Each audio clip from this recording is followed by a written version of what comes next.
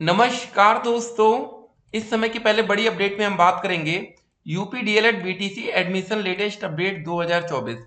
जी हाँ दोस्तों, कब से आप लोग की आवेदन की प्रक्रिया शुरू होने वाली है। और एक बात और आपको बताएंगे, आपके मन में एक सवाल होगा कि हम डीएलएड बीटीसी करें या बीएड कोर्स करें। ठीक है, देखिए दोस्तों, अगर आप लोग डीएलएड या बीटीसी में एडमिशन लेंगे, ठीक है, तो आपको कौन सी क्लास तक टीचर बनने का मौका मिलेगा, या अगर आप बीएड करेंगे तो कहाँ तक आप टीचर बन सकते हैं। देखिए, आपके मन में जो भी सवाल है ना, उसका उत्तर आपको मिलना चाहिए। एक बात और आपको बता दें, अभी दोस्तों हमारा 12वीं का रिजल्ट है। क्या यूपी में 12वीं पास छात्रों को डीएलएड करने का मौका मिलता है, उसका भी सवाल हम इस वीडियो में देखेंगे। सरकारी शिक्षक की सैलरी कितनी होती है, लेकिन एक बात और, एडमिशन लेने से पहले शिक्षक बनने का पूरा नियम जान लीजिए। आप टीचर बनेंगे कैसे। बहुत से बच्चे एडमिशन तो ले लेते हैं, बाद में पछताते हैं, बेमतलब का पैसा और समय की बर्बादी होती है। ठीक है, कुछ नियम ना जानने की वजह से।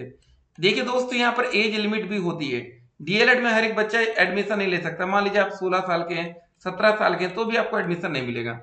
क्या कंडीशन है डीएलएड में एडमिशन की, उसको भी हम इस वीडियो में आज हम लोग जानेंगे। ठीक है, एलिजिबिलिटी क्राइटेरिया क्या, योग्यता क्या होनी चाहिए।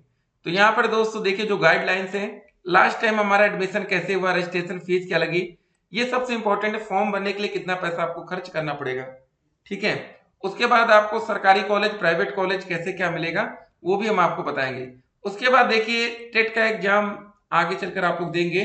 फिलहाल देखिए, जो हमारा एक विज्ञप्ति आएगा, नोटिस आएगा ना, डीएलएड बीटीसी 2024, यहाँ 23 लिखा है, ऑनलाइन आवेदन एवं प्रवेश चयन प्रक्रिया के संबंध में एक आपको ऐसे नोटिस देखने को मिलेगा। ठीक है, तो क्या क्या चीजें मांगी जाएंगी, देखिए दोस्तों, सबसे इंपॉर्टेंट होगा आवेदन के लिए अर्हता, आयु एवं निवास। ये सबसे इंपॉर्टेंट पॉइंट होता है। ठीक है ना। शैक्षिक अर्हता में आपका देखिए, हाई स्कूल कंप्लीट होना चाहिए, 12वीं कंप्लीट होना चाहिए और ग्रेजुएशन कंप्लीट होना चाहिए। ठीक है, ये समझिएगा आप लोग। उसके बाद दोस्तों, आपकी जो मिनिमम एज हो, कम से कम आप 18 साल के होने चाहिए। ठीक है, 18 साल। यहाँ पर देखिए, आयु का मैटर भी हम लोग देखेंगे। यहाँ पर देख सकते हैं, 18 वर्ष से कम तथा 35 वर्ष से अधिक नहीं होनी चाहिए। लेकिन एक बात आपको और बता दें, कुछ बच्चों को छूट भी यहाँ पर मिल जाएगी। ठीक है, अगर आप आरक्षित वर्ग में आते हैं। निवास को लेकर एक बात यहाँ पर रहती है कि निवास आपका क्या होना चाहिए। ऐसे अभ्यर्थी आवेदन हेतु पात्र होंगे जो उत्तर प्रदेश से स्थायी निवासी हों। ऐसा नहीं होना चाहिए दोस्तों, आप दिल्ली में रहते हो, कुछ दिन के लिए आके यूपी में रह रहे हो, उसके बाद आप आवेदन कर ले, ऐसा नहीं। यहाँ पर दोस्तों आप स्थायी निवासी होना बिल्कुल जरूरी है। उसके बाद देखिए कुछ और बातें, और यहाँ पर दोस्तों देखिए, एक और इम्पोर्टेंट बात आपको बताना चाहेंगे। एडमिशन के लिए आप लोग दोस्तों जो फॉर्म भरना पड़ता है ना, पैसा देखिए पहले कितना लगता है, वो देखते हैं हम लोग। ठीक है, अगर दोस्तों आप जनरल कैटेगरी या ओबीसी कैटेगरी के छात्र हैं, तो फॉर्म भरते समय आपका 700 रुपये लगेगा। उसके बाद साइबर कैफे की अलग फीस 100 रुपये मान लीजिए, तो 800 रुपये आपका खर्च आएगा। अनुसूचित जाति, अनुसूचित जनजाति में ये 500 रुपये लगेगा। विकलांग श्रेणी में ये 200 रुपये लगेगा। ठीक है, ये इंपॉर्टेंट है। उसके बाद दोस्तों बात करेंगे आपकी फीस कितनी लगेगी। देखिए, आपका कॉलेज दो प्रकार का होगा, एक सरकारी कॉलेज होगा, दूसरा दोस्तों प्राइवेट कॉलेज या निजी कॉलेज कह सकती है। देखिए, निजी संस्थानों में आप अगर एडमिशन लेंगे तो आपको एक साल का देना पड़ेगा 41,000 रुपये। ये प्राइवेट कॉलेज की फीस है। अगर आप सरकारी कॉलेज में एडमिशन लेंगे तो 10,200 रुपये देना पड़ेगा। ठीक है, तो ये फीस आपको पता होना बेहद जरूरी है। लेकिन एक बात और आपको बताएं, अगर आप सरकारी कॉलेज में एडमिशन लेते हैं तो पहले साल का 10,200 यहाँ पर देखिए लिखा है, दूसरे साल का 10,200। ये दोस्तों हमारा 2 साल का कोर्स होता है डीएलएड। ठीक है, तो एक बात और, यहाँ पर दोस्तों कॉशन मनी रिफंडेबल। आप अगर सरकारी कॉलेज में एडमिशन लेते हैं तो आपका 2,500 रुपये बाद में रिफंड भी कर दिया जाएगा। ये इंपॉर्टेंट है। ठीक है ना, इसको ध्यान में रखेंगे। एक बात और, तीसरे चरण की रद्द परीक्षा 10-12 जून के बीच होने वाली है शिक्षक भर्ती में। दोस्तों देखिए, ये सब वैकेंसी आती है, ये सब देखिए, यहाँ पर एग्जाम्पल हम आपके सामने रख रहे हैं।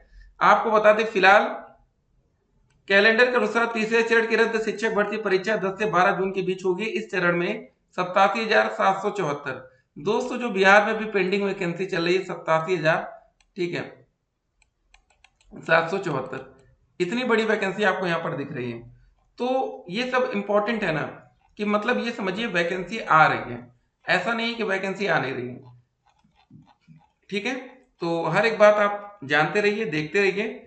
और देखिए, स्क्रूटनी के लिए 14 मई तक कर सकते हैं आवेदन। ये दोस्तों प्रयागराज से अपडेट है, जिन बच्चों का भी रिजल्ट जारी हुआ है, ठीक है ना।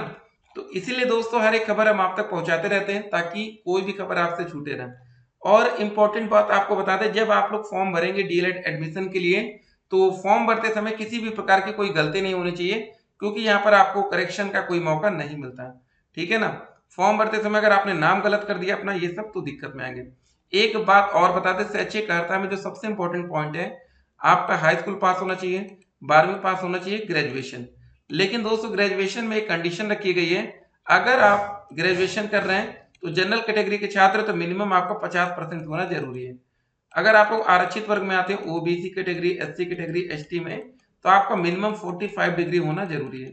ये ग्रेजुएशन के नंबर की बात हो रही है, इंटर हाई स्कूल तो यहाँ पर मतलब नहीं है, ठीक है। अगर आपके ग्रेजुएशन में इतने नंबर आते हैं तब तो आप आवेदन कर पाएंगे, परसेंटेज से लेना देना है। अब आपके मन में एक और सवाल होगा कि सर क्या इस बार एंट्रेंस एग्जाम होगा कि नहीं।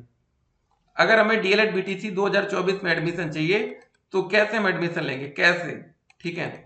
तो आपको दोस्तों बताना चाहेंगे, आपका मेरिट के आधार पर एडमिशन पिछली बार हुआ था, तो उम्मीद है कि इस बार भी मेरिट से ही होगा। मेरिट में आपके हाई स्कूल के परसेंटेज, 12वीं के परसेंटेज, ग्रेजुएशन के परसेंटेज जोड़े जाते हैं। मान लेते हैं हाई स्कूल में आप 80% लाते हैं, 12वीं में 70% लाते हैं, ग्रेजुएशन में 60%, जोड़ लीजिए 8 7 15, 60 जोड़ेंगे हो जाएगा ये 210। ये दोस्तों आपकी मेरिट बन गई कितने नंबर में से, 300 में से, क्योंकि हाई स्कूल में भी टोटल आपके 80% 100 में से आ रहे हैं, 12वीं में 70% 100 में से आ रहे हैं, ग्रेजुएशन में 60% 100 में से आ रहे हैं, तो मतलब आपके 210 नंबर बने 300 में। आपको बता दें बहुत से ऐसे बच्चे मिलेंगे जिन बच्चों के 250 नंबर तक भी बनेंगे। भैया डीएलएड में टॉपर की होड़ रहती है, जो यूपी में बच्चे भी टॉप कर रहे हैं जिला भर में ना, मैक्सिमम बच्चे डीएलएड ही ज्वाइन करते हैं, याद रखिएगा, मैक्स टू मैक्स। आप फॉर्म भरेंगे, रिजल्ट आएगा, मेरिट लिस्ट, तब आपको देखने को मिलेगा। एज लिमिट आप समझ गए, फीस आप समझ गए, मिनिमम 700 तक जा सकती है, ठीक है। एज लिमिट 18 साल मिनिमम, 18 से 35, बाकी छूट आपको मिलेगी आरक्षित वर्ग में 35 के ऊपर।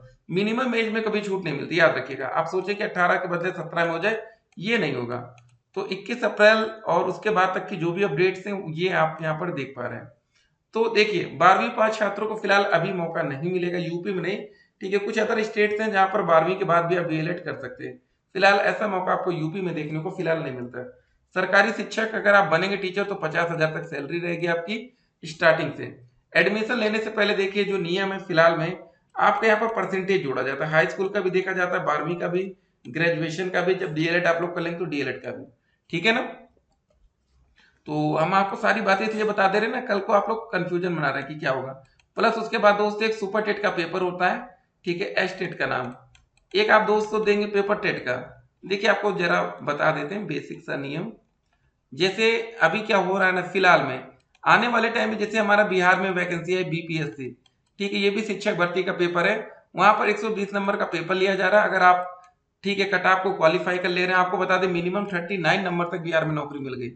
जो पहले चरण में वैकेंसी आई थी बीपीएससी टीआरई 1 में, आपने देखा होगा 39 नंबर, ठीक है। भले ये आरक्षित वर्ग रहा हो, लेकिन 120 में से 39 नंबर लाना आपको लग रहा होगा इतना मुश्किल नहीं रहा होगा, ठीक है। इन बच्चों तक को नौकरी मिली है।